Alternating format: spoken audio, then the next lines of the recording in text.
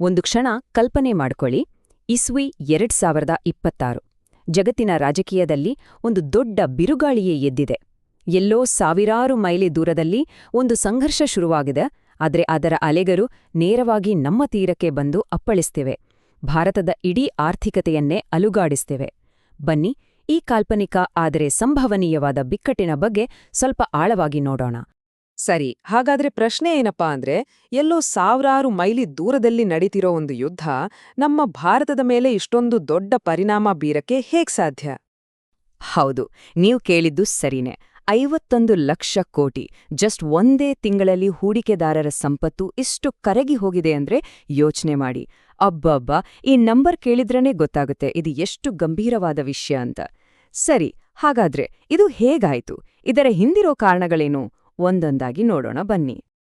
ಇದರ ಮೂಲಕ್ಕೆದಕ್ಕುತ್ತಾ ಹೋದರೆ ಇದೆಲ್ಲ ಶುರುವಾಗೋದು ಒಂದೇ ಒಂದು ಜಾಗದಿಂದ, ಒಂದು ನಿರ್ಣಾಯಕ ಭೌಗೋಳಿಕ ಪಾಯಿಂಟ್. ಇದನ್ನ ಇಡೀ ಜಗತ್ತಿನ ಇಂಧನ ಪೂರೈಕೆಯ ಹೃದಯ ಅಂತಾನೆ ಕರಿಬೋದು. ಆ ಜಾಗದ ಹೆಸರೇ ಹಾರ್ಮುಜ್ ಜಲಸಂಧಿ. ಇದು ಜಗತ್ತಿನ ಅತ್ಯಂತ ಪ್ರಮುಖವಾದ ತೈಲ ಸಾಗಾಟದ ದಾರಿ. ನಿಮ್ಗೊತ್ತಾ, ಇಡೀ ಪ್ರಪಂಚದ ಸುಮಾರು 5/1 ಭಾಗ ಅಂದ್ರೆ 20% ಪೆಟ್ರೋಲಿಯಂ ಮತ್ತು ನೈಸರ್ಗಿಕ ಅನಿಲ ಇಲ್ಲೇ ಪಾಸಾಗೋದು.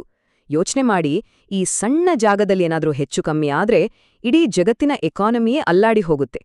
ಸೊ ಈ ಹಾರ್ಮುಜ್ ಜಲಸಂಧಿ ಏನಾದ್ರೂ ಬ್ಲಾಕ್ ಆಯ್ತು ಅಂದ್ಕೊಳ್ಳಿ, ಅದರ ಮೊದಲ ಮತ್ತು ನೇರವಾದ ಪೆಟ್ಟು ಬೀಳೋದೇ ಭಾರತದ ಇಂಧನ ಪೂರೈಕೆ ಮೇಲೆ. ನಮ್ಮ ಇಡೀ ಆರ್ಥಿಕತೆಗೆ ರಕ್ತ ಪೂರೈಕೆ ಮಾಡುವ ನರವನ್ನೇ ಕಟ್ ಮಾಡಿದ ಹಾಗೆ ಆಗುತ್ತೆ. ಈ ನಂಬರ್ಸ್ ನೋಡಿ, ನಾವು ಇಂಧನಕ್ಕೆ ಎಷ್ಟು ಬೇರೆ ದೇಶಗಳ ಮೇಲೆ ಅವಲಂಬಿತರಾಗಿದ್ದೀವಿ ಅಂತ ಸ್ಪಷ್ಟವಾಗಿ ಗೊತ್ತಾಗತ್ತೆ. ನಮಗೆ ಬೇಕಾಗಿರೋ ಕಚ್ಚಾ ತೈಲದಲ್ಲಿ 88%, ನಮ್ಮ ಅಡುಗೆ ಗ್ಯಾಸ್ ಅಂದ್ರೆ LPGಯಲ್ಲಿ 85% ಮತ್ತು ನೈಸರ್ಗಿಕ ಅನಿಲ ಅಂದ್ರೆ LNGಯಲ್ಲಿ 60% ನಾವು ಆಮ್ದು ಮಾಡ್ಕೊಳ್ಳೋದು. ಇದ್ರಲ್ಲಿ ಸಿಂಹಪಾಲು ಬರೋದು ಗಲ್ಫ್ ದೇಶಗಳಿಂದಲೇ. ಆದ್ರೆ ಇಲ್ಲೊಂದು ಸಣ್ಣ ಟ್ವಿಸ್ಟ್ ಇದೆ. ಕಚ್ಚಾ ತೈಲದ ವಿಷಯಕ್ಕೆ ಬಂದ್ರೆ ನಮ್ಮ ಹತ್ರ ಸ್ವಲ್ಪ ಸ್ಟ್ರಾಟಜಿಕ್ ರಿಸರ್ವ್ಸ್ ಇದೆ. ಅಷ್ಟೇ ಅಲ್ಲ, ರಷ್ಯಾ, ಅಮೆರಿಕದಂತಹ ಬೇರೆ ದೇಶಗಳಿಂದನೂ ತರಿಸ್ಕೊಳ್ಬಹುದು. ಸೊ ಅದನ್ನ ಸ್ವಲ್ಪ ಮಟ್ಟಿಗೆ ಮ್ಯಾನೇಜ್ ಮಾಡಬಹುದು. ಆದ್ರೆ LPG ಮತ್ತೆ LNG ವಿಷಯದಲ್ಲಿ ಕಥೆಯೇ ಬೇರೆ. ಯಾಕಂದ್ರೆ ನಾವು ಆಲ್ಮೋಸ್ಟ್ ಪೂರ್ತಿಯಾಗಿ ಗಲ್ಫ್ ದೇಶಗಳ ಮೇಲೆ ಡಿಪೆಂಡ್ ಆಗಿದ್ದೀವಿ, ಮತ್ತೆ ನಮ್ಮಲ್ಲಿ ಅಷ್ಟೊಂದು ರಿಸರ್ವ್ಸ್ ಕೂಡ ಇಲ್ಲ. ಹಾಗಾಗಿ ನಿಜವಾದ ತಕ್ಷಣದ ಹೊಡೆತ ಬೀಳೋದೇ ಇಲ್ಲಿ. ಇಂಧನ ಪೂರೈಕೆಯಲ್ಲಿ ಆದ ಈ ಶಾಕ್ ಇದೆಯಲ್ಲ, ಇದು ನೋಡ್ತಿದ್ದ ಹಾಗೆ ಒಂದು ಆರ್ಥಿಕ ಸುನಾಮಿಯಾಗಿ ಬದಲಾಗುತ್ತೆ. ಇದರ ಅಲೆಗಳು ನೇರವಾಗಿ ಬಂದು ಅಪ್ಪಳಿಸೋದು ನಮ್ಮ ಸ್ಟಾಕ್ ಮಾರ್ಕೆಟ್ ಮತ್ತು ರೂಪಾಯಿ ಮೌಲ್ಯದ ಮೇಲೆ. ಇದನ್ನ ಡಬಲ್ ಶಾಕ್ ಅಂತ ಹೇಳ್ಬೋದು. ಯಾಕೆ ಗೊತ್ತಾ? ಒಂದು ಕಡೆ ಇಂಟರ್ನ್ಯಾಷನಲ್ ಮಾರ್ಕೆಟ್ನಲ್ಲಿ ಕಚ್ಚಾ ತೈಲದ ಬೆಲೆ ಆಕಾಶಕ್ಕೆ ಮುಟ್ಟುತ್ತೆ. ಅದೇ ಟೈಮ್ನಲ್ಲಿ ಇನ್ನೊಂದು ಕಡೆ ಡಾಲರ್ ಮುಂದೆ ನಮ್ಮ ರೂಪಾಯಿ ಮೌಲ್ಯ ಪಾತಾಳಕ್ಕೆ ಕುಸಿಯುತ್ತೆ.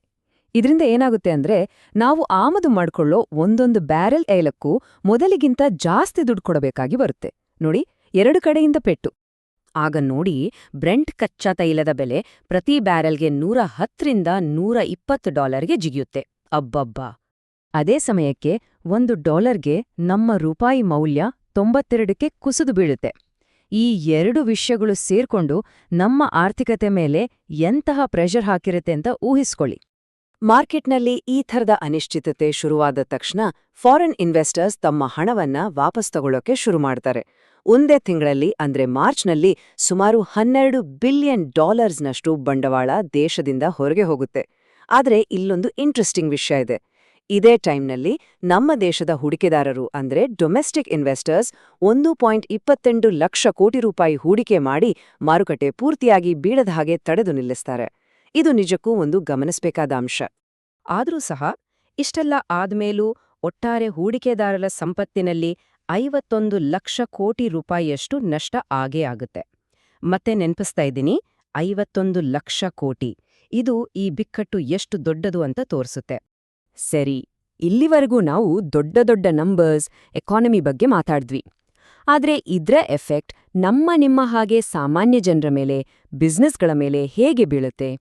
ಅಂದ್ರೆ ಈ ಬಿಕ್ಕಟ್ಟು ಪೋರ್ಟ್ಗಳಿಂದ ಶುರುವಾಗಿ ನಮ್ಮ ಅಡುಗೆ ಮನೆವರೆಗೂ ಹೇಗೆ ತಲುಪುತ್ತೆ ಅಂತ ನೋಡೋಣ.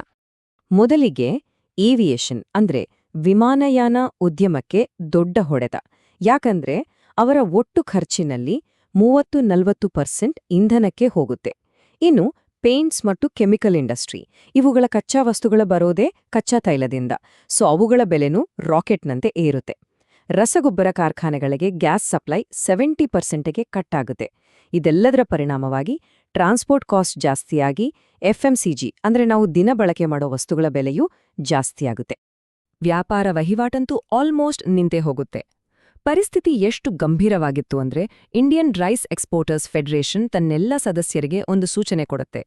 ಎಲ್ಲ ಹೊಸ ರವಾನೆಗಳನ್ನು ತಕ್ಷಣ ನಿಲ್ಲಿಸಿ ಅಂತ.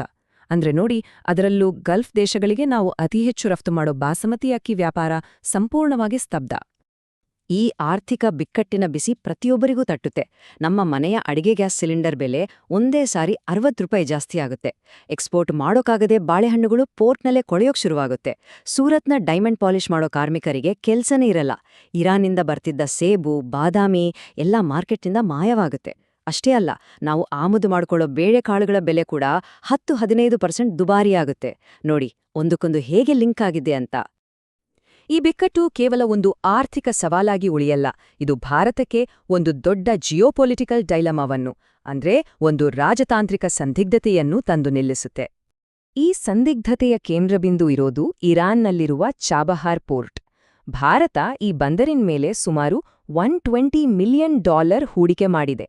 ಯಾಕಂದ್ರೆ ಇದು ನಮ್ಗೆ ಪಾಕಿಸ್ತಾನವನ್ನು ಬೈಪಾಸ್ ಮಾಡಿ ಅಫ್ಘಾನಿಸ್ತಾನ್ ಮತ್ತು ಮಧ್ಯ ಏಷ್ಯಾಗೆ ಸಂಪರ್ಕ ಸಾಧಿಸೋಕಿರುವ ಒಂದು ಗೋಲ್ಡನ್ ಗೇಟ್ವೇ. ಆದರೆ ಯುದ್ಧ ನಡೀತಿರೋದು ಇರಾನ್ ಮತ್ತು ಅಮೆರಿಕಾದ ನಡುವೆ. ಹಾಗಾಗಿ ಭಾರತ ಒಂದು ರೀತಿ ಇಕ್ಕಟ್ಟಿಗೆ ಸಿಲ್ಕೊಂಡುತ್ತೆ. ಈ ಟೈಮ್ಲೈನ್ ನೋಡಿದ್ರೆ ಪರಿಸ್ಥಿತಿ ಎಷ್ಟು ಕಾಂಪ್ಲಿಕೇಟೆಡ್ ಆಗಿದೆ ಅಂತ ಗೊತ್ತಾಗುತ್ತೆ. ನೋಡಿ, 2018ರಲ್ಲಿ ಅಮೆರಿಕ ಈ ಪೋರ್ಟ್ಗೆ ನಿರ್ಬಂಧಗಳಿಂದ ವಿನಾಯಿತಿ ಕೊಟ್ಟಿತ್ತು. ಆದ್ರೆ ಸೆಪ್ಟೆಂಬರ್ 2025ಕ್ಕೆ ಆ ವಿನಾಯಿತಿಯನ್ನ ವಾಪಸ್ ತಗೊಳ್ತೆ. ಇನ್ನು ಏಪ್ರಿಲ್ 26, 2026ಕ್ಕೆ ಕೊಟ್ಟಿದ್ದ ಕಂಡೀಷನಲ್ ವಿನಾಯಿತಿಯ ಅವಧಿನೂ ಮುಗ್ದೋಗುತ್ತೆ. ಇದರಿಂದ ಭಾರತದ ಮೇಲೆ ರಾಜತಾಂತ್ರಿಕವಾಗಿ ಒಂದು ದೊಡ್ಡ ಒತ್ತಡ ನಿರ್ಮಾಣ ಆಗತ್ತೆ. ಹಾಗಾದ್ರೆ ಈ ಬಿಕ್ಕಟ್ಟು ಮುಂದೆ ಏನಾಗತ್ತೆ ಅಂತ ತಿಳ್ಕೋಬೇಕು ಅಂದ್ರೆ ನಾವು ಯಾವೆಲ್ಲ ವಿಷಯಗಳ ಮೇಲೆ ಒಂದು ಕಣ್ಣಿಡ್ಬೇಕು?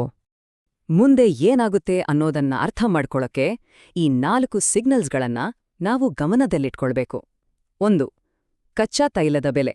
ಅದು ಬ್ಯಾರೆಲ್ಗೆ $110ಗಿಂತ ಮೇಲೇನೇ ಇರುತ್ತಾ? 2. ನಮ್ಮ ರೂಪಾಯಿ ಮೌಲ್ಯ. ಅದು ಡಾಲರ್ ಎದುರು 95ರ ಕಡೆಗೆ ಜಾರುತ್ತಾ? 3. ಹಾರ್ಮುಜ್ ಜಲಸಂಧಿಯ ಸ್ಥಿತಿ. ಆ ದಾರಿ ಮತ್ತೆ ಓಪನ್ ಆಗುತ್ತಾ ಇಲ್ವಾ? ಮತ್ತು 4. ನಮ್ಮ ಸರ್ಕಾರದ ನೀತಿ ನಿರ್ಧಾರಗಳು.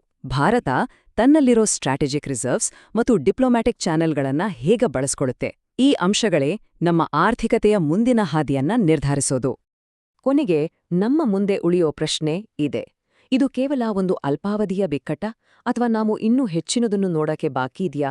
ಈ ಜಾಗತಿಕ ಏರಿಳಿತಗಳು ಕೇವಲ ತಾತ್ಕಾಲಿಕವಾ ಅಥವಾ ಗ್ಲೋಬಲೈಸ್ಡ್ ಜಗತ್ತಿನಲ್ಲಿ ಇಂತಹ ಶಾಕ್ಸ್ಗಳಿಗೆ ನಾವು ಯಾವಾಗಲೂ ಸಿದ್ಧರಾಗಿರ್ಬೇಕಾ? ಈ ಇಡೀ ಸನ್ನಿವೇಶ ನಮಗೆ ಕಲಿಸೋ ಪಾಠವಾದ್ರೂ ಏನು? ಒಮ್ಮೆ ಯೋಚನೆ ಮಾಡಿ.